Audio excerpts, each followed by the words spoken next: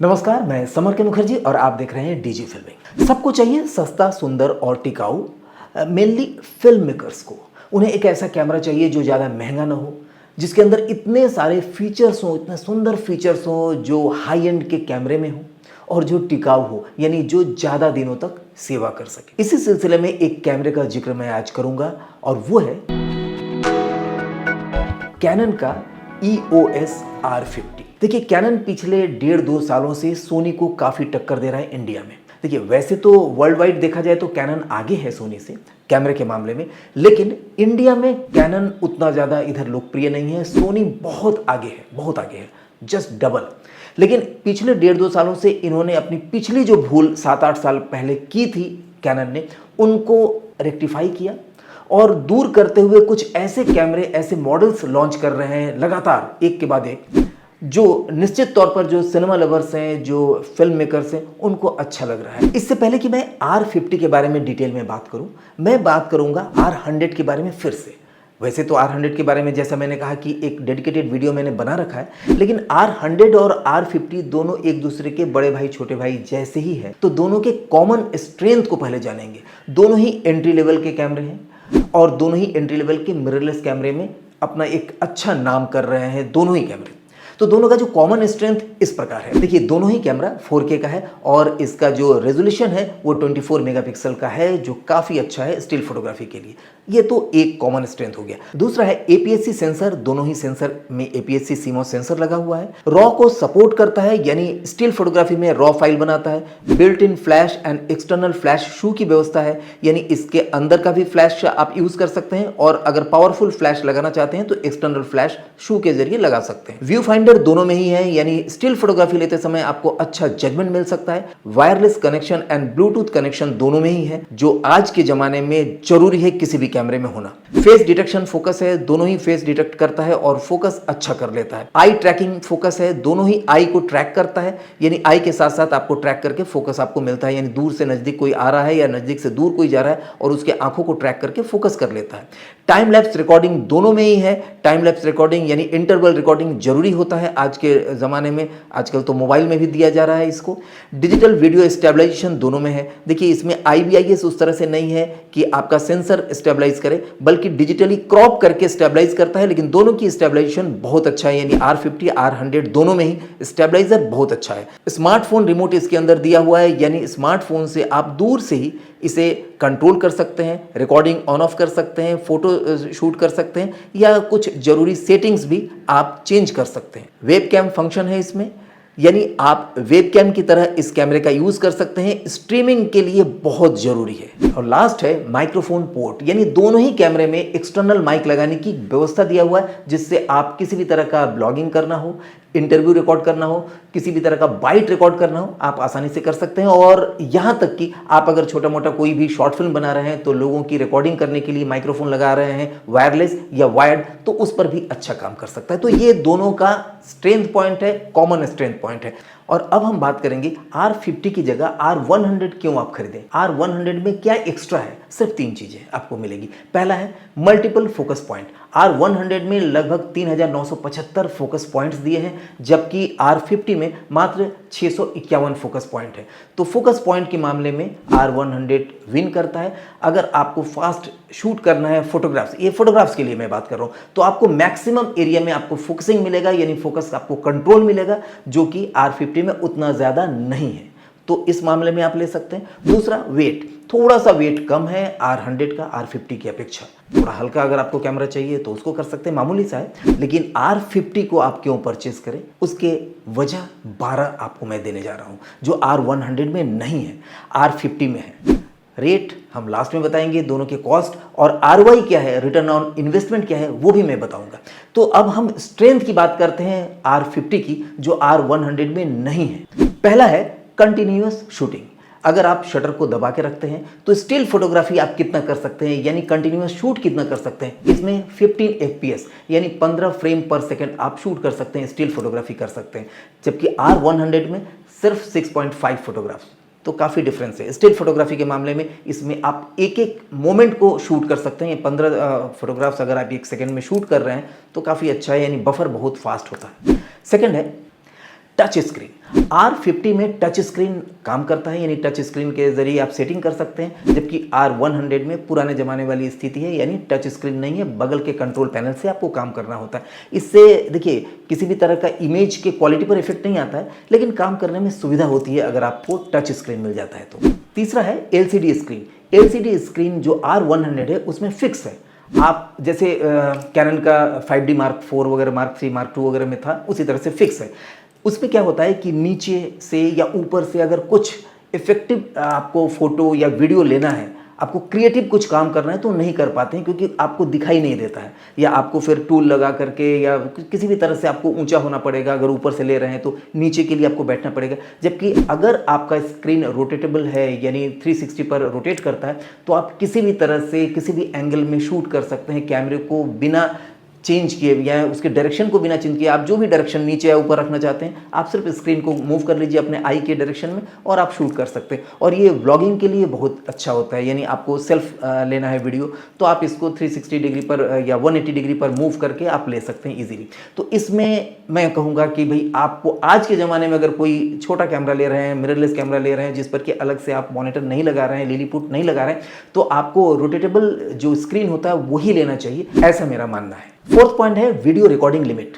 देखिए R50 में unlimited recording कर सकते हैं, यानी बार बार आपको रिकॉर्ड बटन दबाना, पुश नहीं करना पड़ेगा। जबकि R100 में हर 30 मिनट पर फिर से आपको रिकॉर्ड बटन पुश करना पड़ेगा, यानी बार बार फाइल चेंज होगी। और अगर कंटिन्यूअस कोई इवेंट शूट कर रहे हैं तो वहाँ पर कुछ पोर्शन आपका छूट सकता है। तो इसके लिए भी हम कंटिन्यूअस रिकॉर्डिंग के बारे में सोचते हैं कि अगर आपको इवेंट शूट करना है या किसी भी तरह का आपको ब्लॉगिंग शूट कर रहे हैं या किसी भी तरह का इंटरव्यू शूट कर रहे हैं, उस समय आप चाहते हैं अनइंटरप्टेड वीडियो शूट हो, तो R50 इज बेटर। अब आते हैं मैक्सिमम ISO पर। ISO यानी लो लाइट। जितना ज़्यादा ISO तक आप जा सकते हैं तो उतना लो लाइट पर आप शूट कर सकते हैं, और ये आज के ज़माने में बहुत ज़रूरी है, क्योंकि आपके पास बहुत हाई एंड का कैमरा तो है नहीं कि आप लेंस भी बहुत महंगा लेंगे जिसकी ओपनिंग बहुत ज़्यादा हो। तो ओपनिंग अगर ज़्यादा नहीं है तो आपके कैमरे के अंदर ये व्यवस्था होनी चाहिए कि ISO आप बढ़ा सकें। R50 में आप 32,000 तक ISO ले जा सकते हैं, जबकि R100 में 12,800 तक ही आप ले जा सकते हैं, यानी 12,800 तक ही ISO ले जा सकते हैं। तो ISO के भी मामले में R50 बेटर पड़ेगा, यानी लो लाइट शूटिंग आप बढ़िया कर पाएंगे। अब बात करेंगे मैक्सिमम इलेक्ट्रॉनिक शटर की। देखिए इसमें इलेक्ट्रॉनिक शटर है दोनों ही कैमरे में, तो मैक्सिमम किस में है? R50 का जो इलेक्ट्रॉनिक शटर है वो 1/8000 का है, जबकि R100 का 1/4000 का है। जस्ट डबल का डिफरेंस है। जितना ज़्यादा शटर स्पीड होगी उतना बेहतरीन फोटो आप स्पीड में शूट कर सकते हैं। यानी कोई मूविंग सब्जेक्ट है या पानी की कुछ बूंदे आ रही है और आप चाहते हैं हर एक बूंद एक एक दिखाई दे, या आतिशबाजी शूट कर रहे हैं, वो चाहते हैं कि आगे कण आपको आग का है या फायर का है वो दिखाई दे, तो आपको मैक्सिमम शटर स्पीड पर रखकर ही शूट करना पड़ता है। तो इसके लिए R50 ज़्यादा कुछ बेटर है। वैसे बहुत अंतर नहीं होता है, 4000 भी बहुत ज़्यादा है, लेकिन 8000 उससे डबल ज़्यादा अच्छा है। अब बताते हैं लेंस ब्रीदिंग करेक्शन के बारे में। Yes and no. Lens breathing correction yes है R50 में, नो है R100 में। इसके बारे में हम पहले भी कई वीडियो में बता चुके हैं कि अगर आप लेंस में फोकसिंग कर रहे हैं, यानी फोकस शिफ्ट कर रहे हैं, तो वहाँ पर ब्रीदिंग होती है, यानी इमेज बड़ा से छोटा या छोटा से बड़ा होता है। तो ये लेंस ब्रीदिंग की जो समस्या होती है वो बहुत बेकार लगता है। तो इस कैमरे में जो भी हाई एंड के कैमरे होते हैं उसमें लेंस ब्रीदिंग नहीं होती है। R50 में भी लेंस ब्रीदिंग नहीं है, जबकि लेंस ब्रीदिंग है किसमें? R100 में। अब बात करते हैं बिट रेट की, मैक्सिमम वीडियो बिट रेट। जब वीडियो शूट करते हैं तो बड़ी फाइल आपकी रिकॉर्ड होती है, तो जितना ज़्यादा बड़ा फाइल होगा उसमें उतना ज़्यादा इंफॉर्मेशन होगा। पर सेकेंड कितना मेगाबाइट की रिकॉर्डिंग हो रही है? 170 MBPS होता है, MBPS यानी मेगाबाइट पर सेकेंड होता है किसमें? R50 में, जबकि 120 MBPS होता है R100 में। यानी R50 का जो फाइल साइज होता है वो बड़ा जरूर होता है, लेकिन इंफॉर्मेशन से भरा होता है, जो कलर ग्रेडिंग के समय आपको ज़्यादा वाइड रेंज देगा कलर से खेलने के लिए। अब बात करते हैं एंटी फ्लिकर की। देखिए R50 एंटी फ्लिकर कैमरा है, यानी किसी भी तरह का फ्लिकर नहीं होता है, किसी भी तरह का एक्सपोजर का अप डाउन या कलर का अप डाउन नहीं होता है लाइट के हिसाब से, अगर इंडोर शूट कर रहे हैं। जबकि R100 में कुछ लाइट की ऐसी पोजीशनिंग होती है, ऐसी सिचुएशन होता है जहां पर आपको फ्लिकर मिलता है। तो R50 इसमें डेफिनेटली एक हाई एंड कैमरे की तरह वर्क करता है। अब ट्रैकिंग में जाते हैं तो व्हीकल ट्रैकिंग क्या R100 में है? नहीं है। इसमें व्हीकल ट्रैकिंग नहीं है, सिर्फ फेस ट्रैकिंग है। जबकि R50 में व्हीकल ट्रैकिंग यानी एरोप्लेन, ट्रेन, कार, बस, बाइक, साइकिल, किसी भी तरह की जो व्हीकल है उसको भी ट्रैक कर सकता है, फोकस में रख सकता है। एक और फोकसिंग की बात करते हैं, वो है एनिमल फोकसिंग, एनिमल ट्रैकिंग। क्या एनिमल को ट्रैक करता है? नहीं करता है R100, जबकि R50 हाई एंड कैमरे की तरह एनिमल ट्रैकिंग भी करता है, यानी बर्ड, लेपर्ड या कोई भी ऐसा जानवर जो दौड़ के आ रहा है। मेनली आप जब पेट्स पालते हैं, कुत्ता, बिल्ली, उसकी आप वीडियोग्राफी करते हैं, फोटोग्राफी करते हैं, तो उसमें आपको ट्रैकिंग मिलता है, प्रॉपर ट्रैकिंग मिलता है। और लास्ट में बात करेंगे हाई स्पीड की, क्योंकि आजकल चाहे आप वेडिंग शूट कर रहे हो या इवेंट शूट कर रहे हो, आप खुद पर्सनल कोई वीडियो शूट कर रहे हो या किसी भी तरह का एड शूट कर रहे हो, म्यूजिक वीडियो शूट कर रहे हो, तो उसमें हाई स्पीड की ज़रूरत पड़ती है। 4K के कैमरे में अगर आपको 120 की स्पीड मिल जाती है HD में, फुल HD में, तो बहुत अच्छा होता है। और यही गलती किया था कैनन ने। अपने जो सबसे मास्टर कैमरा था, जो सबसे ज़्यादा बिका, वो था 5D Mark III और Mark IV। दोनों में ही हाई स्पीड नहीं दिया था, और 4 में दिया भी था तो 720 पर दिया था, फुल HD पर नहीं दिया था। इस कैमरे में फुल HD पर 120 का आपको हाई स्पीड मिलता है R50 में, जबकि R100 में मिलता है 60 FPS मिलता है। तो 60 और 120 में जस्ट डबल होता है। 120 काफ़ी अच्छा हाई स्पीड देता है, यानी काफ़ी अच्छा स्लो मोशन में आप शूट कर सकते हैं। तो इस मामले में अगर हम देखें तो R50 कुछ महंगा है, लेकिन उसके अंदर इतनी सारी चीज़ें दी हुई है। कुछ चीज़ें नहीं है जो हाई एंड के कैमरे में होता है, सिनेमा कैमरे में होता है, लेकिन इतनी सारी चीज़ें दी गई है कि इसको मल्टीपर्पज़ के रूप में आप यूज़ कर सकते हैं। कौन कौन यूज़ कर सकता है R50 को, उसके बारे में बात करेंगे। अगर आप एक व्लॉगर हैं, आप खुद की एक व्लॉगिंग करना चाहते हैं, यात्रा फिल्म बनाना चाहते हैं, वीडियोस बनाना चाहते हैं, या किसी भी प्रोडक्ट की आप वीडियो बना रहे हैं, तो इसके अंदर जो फोकसिंग है इतना फास्ट है, आप लेंस के नज़दीक ले जाएंगे तुरंत फोकस करेगा, दूर ले जाइए उसमें भी फोकस तुरंत शिफ्ट करेगा। तो इसके मामले में अच्छा है। आप YouTube के लिए वीडियोस बना रहे हैं डिफरेंट चीज़ों के ऊपर, बहुत अच्छा है। आप अगर शॉर्ट फिल्म बनाते हैं उसके लिए अच्छा है, म्यूज़िक वीडियो बनाते हैं उसके लिए अच्छा है, छोटे मोटे रील्स, ऐड बनाते हैं कॉर्पोरेट के लिए जो प्रोफेशनल लेवल का हो, उसके लिए भी अच्छा है। यानी उसमें मल्टी फंक्शन चीज़ें हैं और मल्टी वर्क आप इस कैमरे के ज़रिए यानी R50 के ज़रिए कर सकते हैं।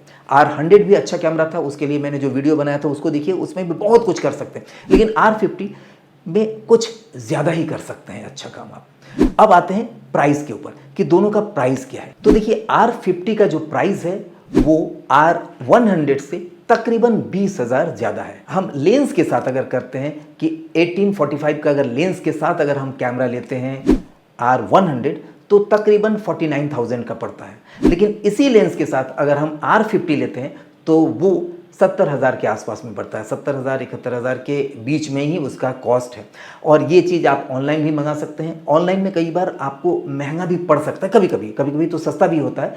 लेकिन आप अगर लोकल मार्केट में जाते हैं, जैसे मुंबई में आप फोर्ट मार्केट में चले गए, दिल्ली में अगर आप चांदनी चौक के सामने जो कैमरा मार्केट है वहाँ चले गए, या पालिका बाजार चले गए, तो वहाँ पर आपको इस रेट में 70,000 के आसपास में R50 आपको मिल सकती है।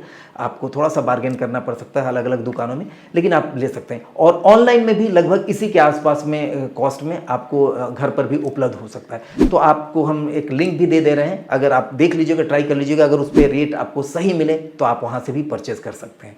ये वीडियो कैसा लगा आप ज़रूर कमेंट बॉक्स में लिखिए। और जो लोग चाहते हैं हमसे जुड़ना, हमारे कोर्सेज करना, कोर्सेज के बारे में ज़्यादा जानकारी लेना, तो इस नंबर पर नीचे जो नंबर दिए जा रहे हैं उस नंबर पर आप कॉल करिए। हमारे डिफरेंट वर्कशॉप्स होते हैं रेड और एरी जैसे कैमरे पर, और हर तरह के कैमरा, चाहे वो DSLR हो, मिररलेस हो, उस पर हम लोग ट्रेनिंग देते हैं, एडिटिंग की ट्रेनिंग देते हैं। ऑनलाइन भी होता है, ऑफलाइन भी होता है, बहुत सारी चीज़ें हैं। तो उसके लिए डिटेल में जानकारी के लिए इस नंबर पर बात करिए और हमसे इसी तरह से कमेंट्स के जरिए जुड़े रहिए, क्योंकि जो भी 3 दिनों के अंदर कमेंट्स आते हैं उनको मैं ज़रूर आंसर करता हूँ। आगे का भी मैं करता रहता हूँ, लेकिन मेनली क्या होता है, जब तक से कि अगला वीडियो ना आ जाए तो पिछले वीडियो का मैं कमेंट्स जरूर खुद चेक करता हूं और उसमें आंसर देने की कोशिश करता हूं। आपको ये वीडियो कैसा लगा जरूर बताइएगा, और कमेंट्स में ये भी लिखिए कि और कौन सा कैमरा है जो मुझसे छूट रहा है, जिसके ऊपर हम टेक्निकल रिव्यू बना सकते हैं जो लोगों के काम आ सके। नमस्कार। क्या आप फिल्म मेकिंग करना चाहते हैं?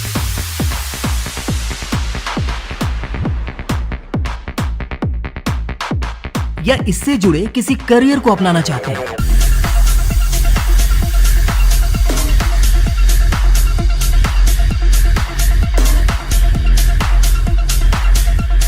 आपके माइंड में कहानी तो है, पर उसे आप प्रोफेशनली लिख नहीं पाते, है ना? एक प्रोफेशनल डायरेक्टर बनना चाहते हैं, पर शुरुआत कैसे करें, या फिर आपको भी कमर्शियल सिनेमेटोग्राफर या एडिटर बनने की तमन्ना है, तो आइए मेरे साथ सीखते हैं professional film making DG filming YouTube channel पर बिल्कुल फ्री। और हाँ, अगर आप चाहते हैं तो हमारे world class IFTA online film making course को भी ज्वाइन कर सकते हैं। डीजी फिल्मिंग यूट्यूब चैनल को सब्सक्राइब करिए और ज्यादा जानकारी के लिए 7303330270 पर एक कॉल करिए। याद रखिए, डीजी फिल्मिंग यानी फिल्म मेकिंग एनसाइक्लोपीडिया।